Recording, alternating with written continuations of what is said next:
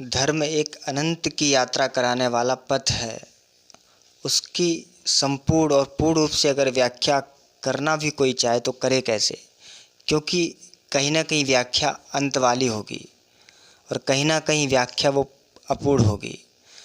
इसलिए धर्म के विषय में कई विद्वानों ने अलग अलग व्याख्याएं करी हैं, अलग अलग अपने विचार प्रस्तुत किए हैं। कहीं ना कहीं वो फिर अपूर्ण रहे हैं। उसके बाद फिर और धर्म के विषय में व्याख्या करने की आवश्यकता पड़ी है। यही कारण रहा कि इतने बड़े बड़े महत्वपूर्ण ग्रंथ रचे जाने के बाद भी कुछ ना कुछ आवश्यक सर्जन होता रहा, आवश्यक साहित्य का निर्माण होता रहा और आगे भी होता रहेगा। अनंत की यात्रा कराने वाला ये पथ, उसकी व्याख्या, उसका प्रस्तुतिकरण अंत वाली बुद्धि कैसे कर सकती है। और यही कारण है कि विद्वानों के अलग अलग धर्म के विषय में जो बातें हुई हैं उनमें मतभेद भी रहे हैं, अलग अलग नियम कायदे कानून बने हैं, बहुत ज़्यादा विरोधाभास भी हुआ है, लेकिन कहीं ना कहीं एक साझा आधार भी रहा, कहीं ना कहीं एक साझा चीज़ भी उन विद्वानों के विचारों में रही है, जो कि सब विद्वानों की विचारों में मिलती है। सारे विचारक मनुष्य चेतना को डेवलप करने की बात करते हैं और उसी को धर्म का रूप देते हैं। और वास्तव में धर्म का स्वरूप यही है कि जिससे मनुष्य की चेतना का विकास हो, मनुष्य की चेतना पशुता की ओर से देवत्व की ओर जाए। यही धर्म का स्वरूप होना चाहिए, मनुष्य की चेतना का विकास। इसको केंद्र में रखकर ही प्रत्येक धर्माचार्य धर्म के विषय में अपनी अपनी बातें रखते हैं। तुलसीकृत रामायण में तुलसीदास जी ने धर्म के विषय में कहा, धर्म न दूसर सत्य समाना, आगम निगम पुराण बखाना। धर्म क्या है? मैं सत्य का पथ है ना, वो धर्म है। मैं दूसरी चौपाई में कहा, काकभूषुंड जी और गरुड़ जी के संवाद में, गरुड़ जी जब काकभूषुंड जी से 7 प्रश्न करते हैं कि सुख क्या है, दुख क्या है, सबसे बड़ा पुण्य क्या है, सबसे बड़ा पाप क्या है, तब धर्म के विषय में कहते हैं, पुण्य माने धर्म, कहते हैं कि परम धर्म श्रुति विदित अहिंसा। अहिंसा ही सबसे बड़ा धर्म है, अहिंसा परमो धर्मा। अहिंसा की बात करते हैं, मन वचन कर्म से किसी को कष्ट ना देना, ये धर्म है। और पर निंदा सम अग्नगरीसा। अगर पाप की बात कही जाए, धर्म की बात कही जाए, तो अधर्म वही है कि दूसरे में दोष दर्शन करना, दूसरे की निंदा करना, ये अधर्म है। श्रीमद् भागवत जी में कृष्ण और उद्धव जी के संवाद में जब धर्म की बात आती है तो भगवान कृष्ण उद्धव जी को कहते हैं, धर्मो रजस तमो हन्याथ। धर्म क्या है? धर्मो रजस तमो हन्यात, सत्वर बुद्धिर उत्तमः, आसु नश्यत तन्मूलो, हा धर्म उभय हते। यानी कि धर्म वही श्रेष्ठ है जो रजोगुण और तमोगुण का नाश कर दे। धर्मो रजस तमो हन्यात, रजोगुण और तमोगुण का नाश कर दे। सत्वर बुद्धिर उत्तम, और जो सत्वगुण पैदा कर दे, सत्वगुण बढ़ा दे। हा धर्म उभयते, वही धर्म सब प्रकार से श्रेष्ठ है। तो जहाँ सत्वगुण की वृद्धि होती है, अर्थात मनुष्य की चेतना डेवलप होती है, विकास करती है।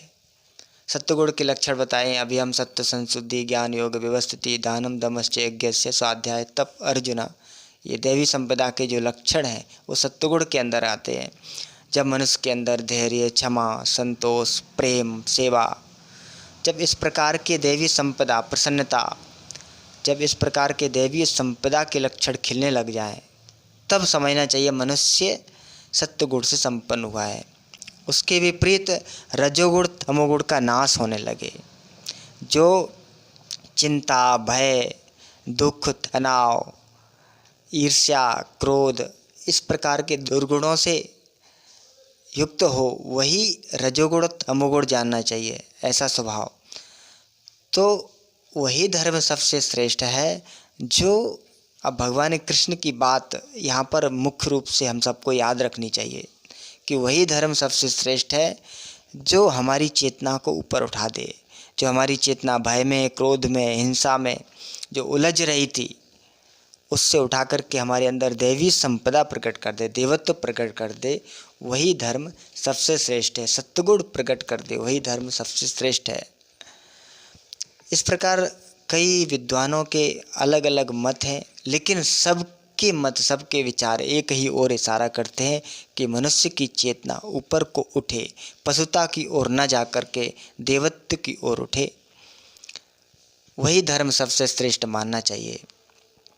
दूसरी बात, कुछ लोग सनातन धर्म को अवैज्ञानिक मानते हैं, बोले विज्ञान विरोधी मानते हैं, इसमें कोई साइंस नहीं। हालांकि ये सनातन धर्म जो सनातन है, सनातन का अर्थ है जो कालातीत है, जो काल का भी जिस पर प्रभाव नहीं पड़ता है, वो सनातन है। वो सनातन धर्म अवैज्ञानिक कैसे हो सकता है? हालांकि विज्ञान भी सनातन धर्म की ही एक शाखा ही मानना चाहिए।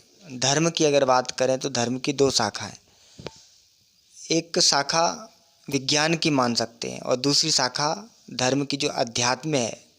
अध्यात्म जो आत्मा की बात करता है, जो परमात्मा की बात करता है, जो आँखों से दिखाई नहीं देता, उस चीज़ की बात करता है। और दूसरी शाखा विज्ञान की शाखा जो बाहर की चीज़ें उनका अन्वेषण करे। तो ये धर्म की ही शाखाएँ हैं। तो धर्म अवैज्ञानिक कैसे हुआ?